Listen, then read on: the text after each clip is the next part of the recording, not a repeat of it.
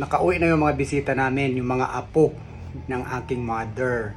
Nagpunta sila dito kasi birthday ng inay. At yun, syempre, anong tawag doon? Yung handa namin is gulay lang. Huwag nating ilang lang ang gulay kasi very healthy yun. So, ayun. Yun nga, short notice na si Ate NN, makipag-meet sa amin ni Mighty Mang kasi galing sila ng Bugu. Galing sila sa Saint Vincent. Sila doon na nagkut or nag-alay ng dasal.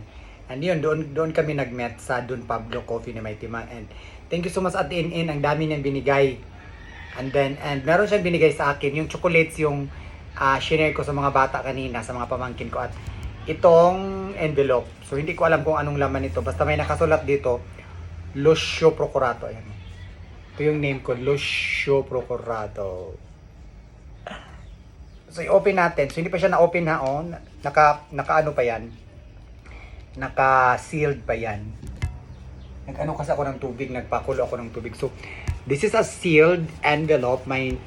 Galing kay At In with my name, Lucio Procurato. So let's see kung ano ang nasa laman. I-open natin ang sealed. Sa palagay ko ano to? Tawag doon. Basta. Gilak-gilak lagi. So ayan, gilak-gilak. Tanggalin na natin sa mayroon siyang sparkle. Lo, thank you. At inin, bakit ka nag-thank you? Ay, wala nang laman. So, ayan. Meron din nakasulat na thank you. Thank you ang nakasulat. So, i-open natin kung anong laman. Di ba ma-open? I-open natin kung anong laman. May date dito lang laman. So, meron ditong nakasulat October 27. So, kahapon pa to. Kasi 28 na ngayon, no?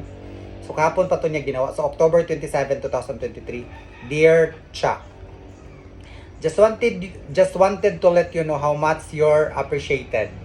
Hope this could be of help. Can't thank you enough for the offered sinolog prayers for our business. Ate In. Ate In, thank you so much.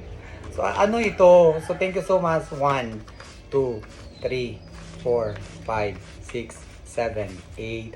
Wait. Again. 1, 2, 3, 4, 5, 6, 7, 8, 9, 10. And of course, this is a blessing in disguise from Ate In, and I never expected this kasi nga this is a very short notice. And syempre today is the birthday of my mother. And syempre I will share this to my mother. Asan to si mama eh? Where is my mother?